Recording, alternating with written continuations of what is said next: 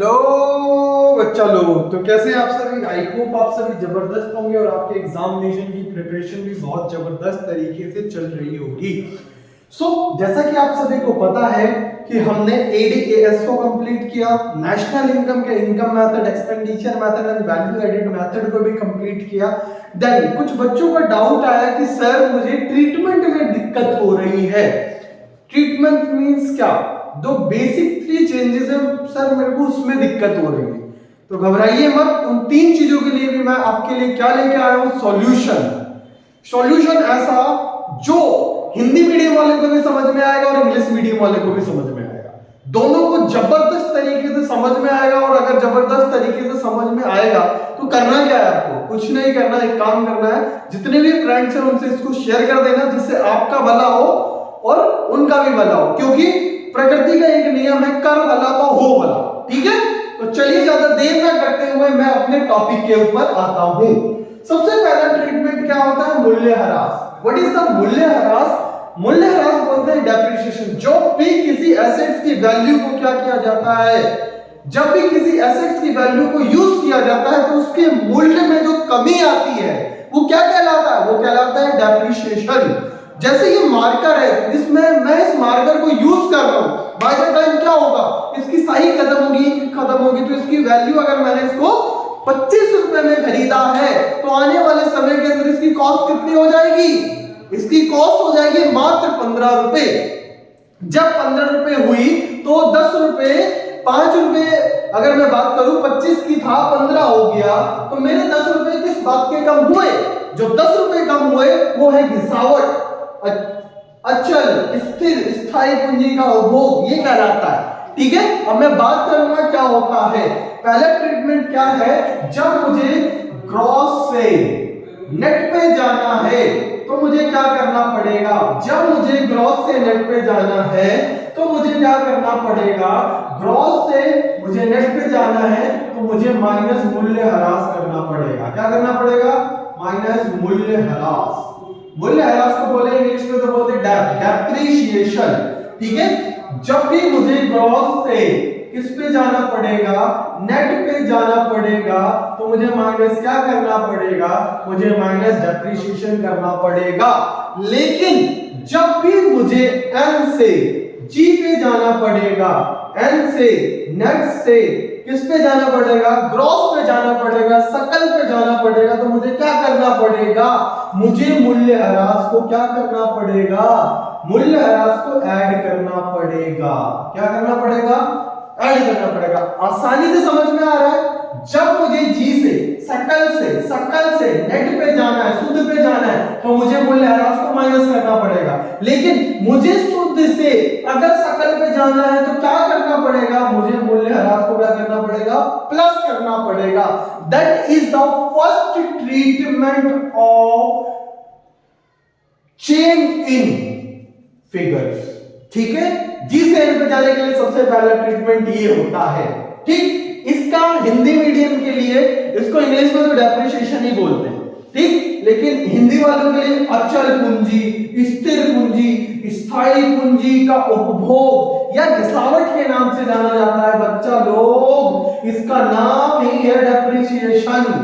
English medium वाले को तो क्लियर पता चल जाता है कि ये डेप्रिसिएशन है, लेकिन हिंदी मीडियम वालों के लिए बहुत वर्डिंग, जैसे घिसावट सुना ही नहीं होगा, स्थिर सुना ही नहीं होगा, स्थायी पूंजी का उपभोग सुना ही नहीं होगा।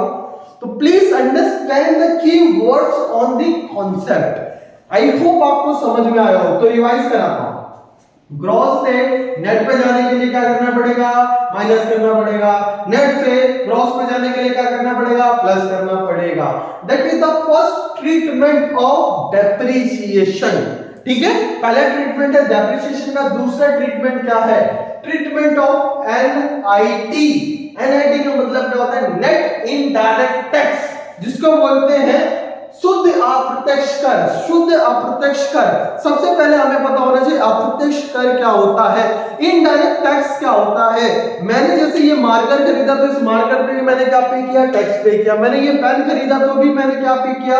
इस पे टैक्स पे किया। मैंने ये वॉच खरीदी तो वॉच पे क्या पे किया? टैक्स। जिस फोन से रिकॉर्डिंग चल रही है उस फोन पे मैंने खरीदा तो उसका क्या किया, उसके ऊपर भी टैक्स पे किया। जो टैक्स जाने अनजाने में लोगों के ऊपर लगाया जाता है that is called indirect tax. ठीक है, क्या बोलते हैं उसको हम, इनडायरेक्ट टैक्स। इनडायरेक्ट टैक्स को हमने क्या बोला, अप्रत्यक्ष कर, जो कि देने लगा किसी और पे, देगा कोई और, जहां लगा किसी और पे देगा कोई और, that is called indirect tax. ठीक है, अब शुद्ध अप्रत्यक्ष कर तक कैसे पहुंचेंगे, अप्रत्यक्ष कर माइनस आर्थिक सहायता, जो सब्सिडी गवर्नमेंट प्रोवाइड कराती है किसी भी चीज के लिए, तो दैट इज कॉल्ड, अगर मैं उसमें मैं से उसको माइनस कर दूं तो मेरे पास क्या आ जाएगा, नेट इनडायरेक्ट टैक्स।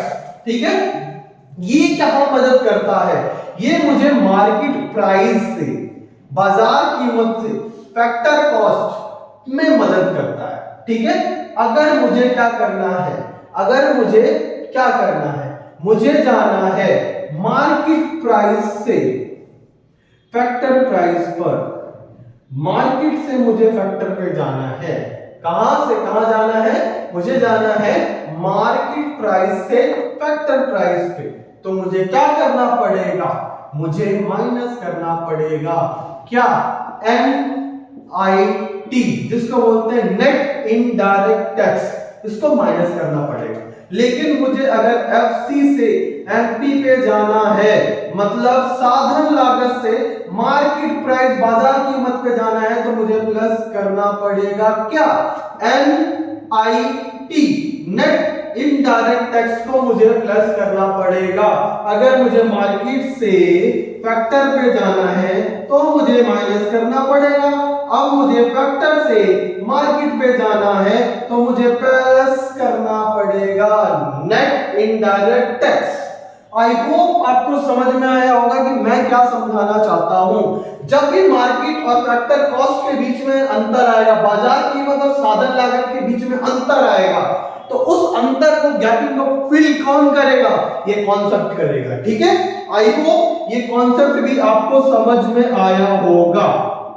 ठीक है, ये कॉन्सेप्ट भी समझ में आया होगा। Last but not least, third concept क्या बोलता है, ट्रीटमेंट ऑफ NFIA। NFIA का मतलब क्या होता है, net factor income from abroad, विदेशों से प्राप्त शुद्ध साधन आय या शुद्ध कारक आय बोलते हैं इसको। तो नेशनल से अगर मुझे डोमेस्टिक पे जाना है तो मुझे क्या करना पड़ेगा, मुझे माइनस करना पड़ेगा क्या, NFIA, net factor income from abroad. अगर मुझे घरेलू से राष्ट्रीय पे जाना है तो मुझे क्या प्लस करना पड़ेगा, मुझे प्लस करना पड़ेगा NFIA, NFIA, net factor income from abroad. ठीक है, net factor income from abroad कैसे निकलता है, net factor from abroad minus करोगे net income, net factor income to abroad. अगर फ्रॉम में से 2 को माइनस कर दोगे तो आपके पास जो आएगा, क्या आएगा, आपके पास आएगा net factor income from abroad.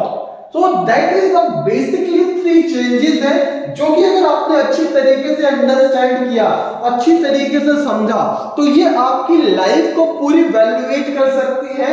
और नेशनल इनकम में बात करें, चाहे वो आपका आय विधि हो, चाहे वो आपकी व्यय विधि हो, चाहे वो आपकी उत्पाद विधि हो, चाहे वो आपका इनकम मेथड हो, चाहे वो आपका एक्सपेंडिचर मेथड हो, चाहे वो आपका वैल्यू एडिड मेथड हो, ये तीनों मेथड में आपके लिए यूजफुल है, यूजफुल है। इसकी थ्योरी भी पूछी जा सकती है और इसका प्रैक्टिकल भी पूछा जा सकता है।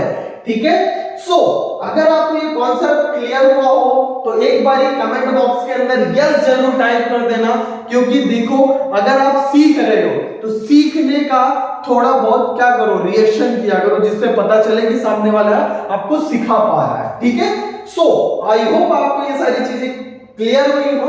अगर नहीं क्लियर हुई होगी तो आपको एक नंबर प्रोवाइड करता हूं जिसका नाम M8851231410। आप इस नंबर पे कांटेक्ट कर सकते हैं, व्हाट्सएप कर सकते हैं, क्योंकि कॉलिंग मत कीजिएगा, व्हाट्सएप ही कीजिएगा। जिससे कि आपके डाउट को विद इन 24 आवर्स या 24 आवर्स के अंदर आपको सॉल्यूशन प्रोवाइड किया जा सके। तो thank you so much, we meet on next video. तब तक अपने एग्जाम की तैयारी बहुत जबरदस्त तरीके से करते रहिए। तो मिलते हैं अपनी नेक्स्ट वीडियो में। Thank you so much.